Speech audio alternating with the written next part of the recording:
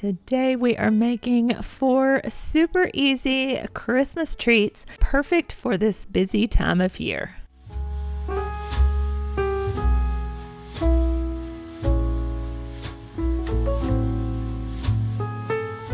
Hello and welcome, and thank you for joining me. We're going to jump right on in here and make these semi-homemade cookies. So simple, so easy. We are going to start from a sugar cookie mix, bake it according to the package, and then we're going to add in some fun flavors to make it festive for the holiday season. The perfect Christmas colors, full of flavor, straight from your kitchen, semi-homemade treats that Santa is going to love. Again, welcome. I'm so glad that you joined me today. We jumped right on in here and I didn't have time to introduce myself. If you are new, my name is Lisa and I love homemaking and I love Christmas. But this is such a busy time of year that we need easy and quick but delicious treats. So that's what we're making here today. Once you have your cookie dough mixed according to the package, we're going to add in about 1/4 cup of sprinkles. You could modify this to any season just by changing up these sprinkles and these little miniature chocolate chip M&Ms. You can use the big ones, but I like these mini ones because they are the perfect size and amount of chocolate for these add-in cookies. You can mix them gently here a couple of times with your stand mixer, or you can fold the sprinkles and M&Ms in with a spoon. Once that is done, you literally are just going to scoop them with your cookie scoop onto a cookie tray and then cook them according to the package directions. For me, it was 350 degrees for about 12 minutes. They come out perfectly done. They are crispy along the edges, but gooey and soft on the center, just like my family likes them. Santa is sure to love these semi-homemade cookies.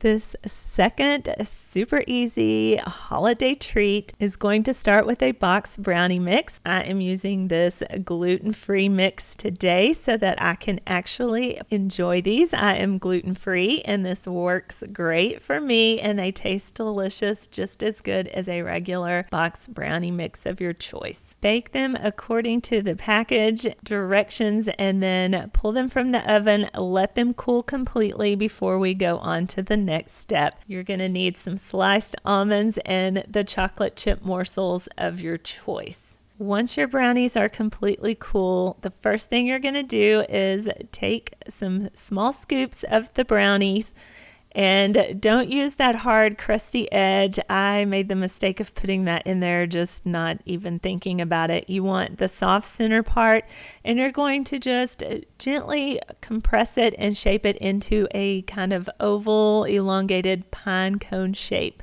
We are making the cutest little chocolate pine cone desserts.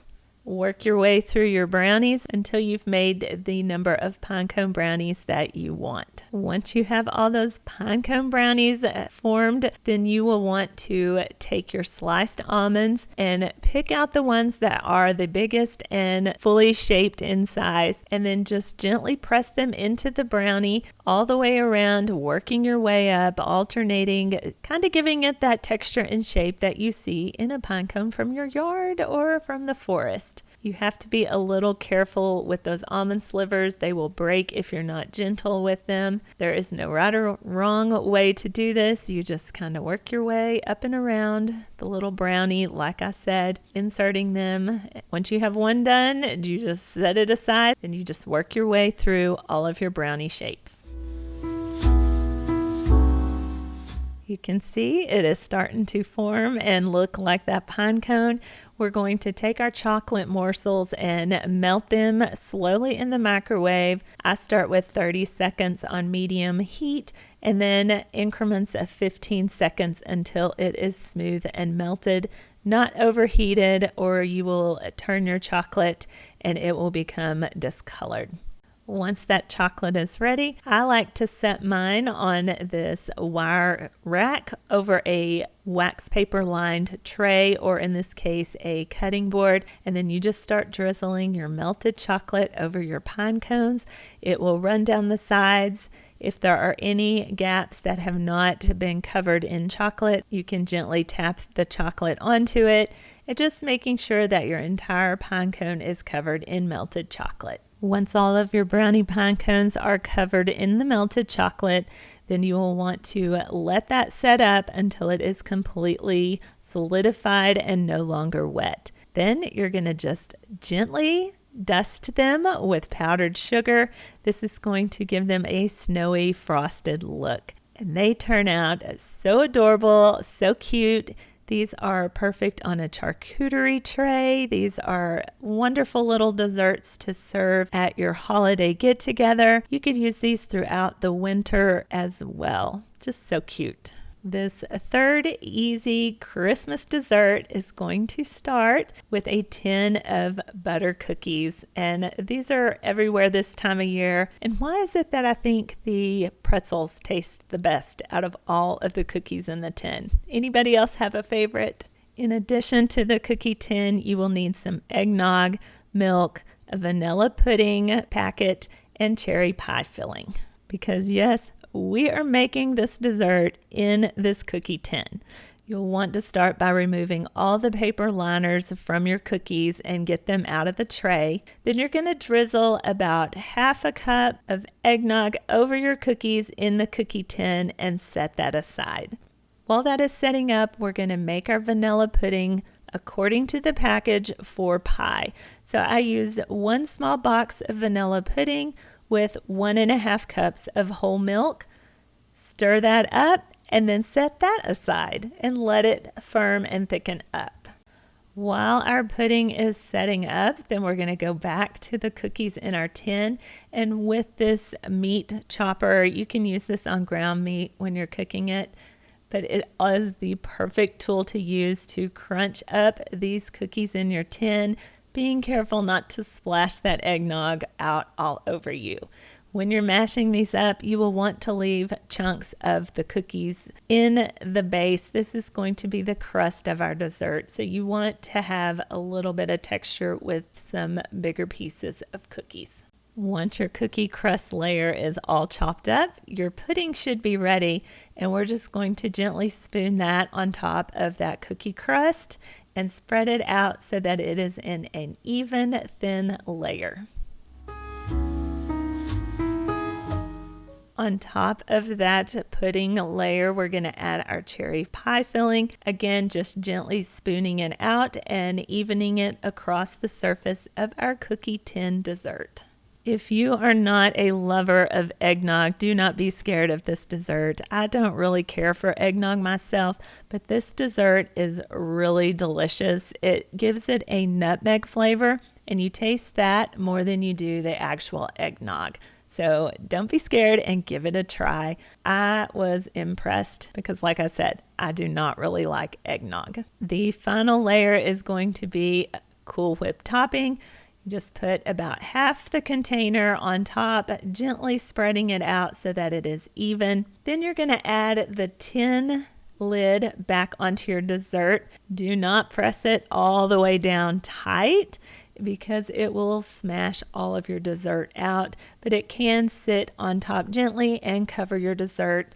This is a dessert that you will want to make pretty close to time to serving it. Otherwise, the cookie crust gets a little bit soggy. But it is a quick and easy dessert. It is fun and unique, and I love that, and it has a really good flavor. My family tried it and thought it was really good. And like me, my husband does not care for eggnog, but he even liked this dessert. My son really enjoyed it because he does love eggnog. So it is the perfect dessert to serve for everyone at your next gathering. This fourth and final easy dessert is so simple, I almost feel like I'm cheating by sharing it with you. I am using gluten-free Oreo cookies again so that I can partake in this little snack. We are just going to take these Oreos and elevate them, You could also do this on place and bake sugar cookies, any other kind of cookie. It is really simple, but I think the colors are spectacular on this dark chocolate Oreo cookie. The simplicity of this dessert also comes from buying store-bought cookie icing. I get this at Walmart, and you can get it in a variety of colors. Very simple and easy to use. It dries, and it is that royal icing that gives that slick cookie look. I love these. So simple. So once you have all of your Oreo cookies laid out, then we're going to use the green, zigzagging it back and forth from small to big, making a Christmas tree shape. Again, there is really no right or wrong way to do this. You just kind of got to play with it, get the feel and flow of your icing, and then once you get started, it's like an assembly line. You can just go right on down, cookie to cookie, creating that Christmas tree shape. At the bottom, we're going to use a little stripe of white icing. This will be the trunk of our Christmas tree. Once we have that trunk laid in the icing, we're going to take these golden sprinkles and gently place one on the icing strip so that it sticks, and that will be our sparkly Christmas tree trunk.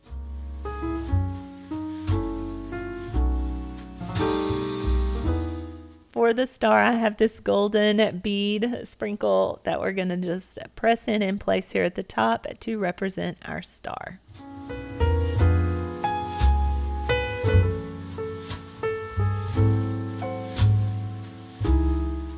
Using the red icing, we're going to gently pipe on some Christmas ornaments. I'm going to just randomly place 3 red ornaments on each Christmas tree. Look at the colors, they pop, they stand out. These are, again, so simple. I feel like I'm cheating, but they really are just a cute little treat that you could add to your charcuterie board. You could package these up and put them in a gift for friends and family. You can even get lollipop sticks at Hobby Lobby, stick them up in the middle of the cookie and make little Oreo lollipops out of these. So many different things you can do. And again, customize it for each holiday. Do hearts at Valentine's, come up with little bunny faces at Easter. The possibilities are endless.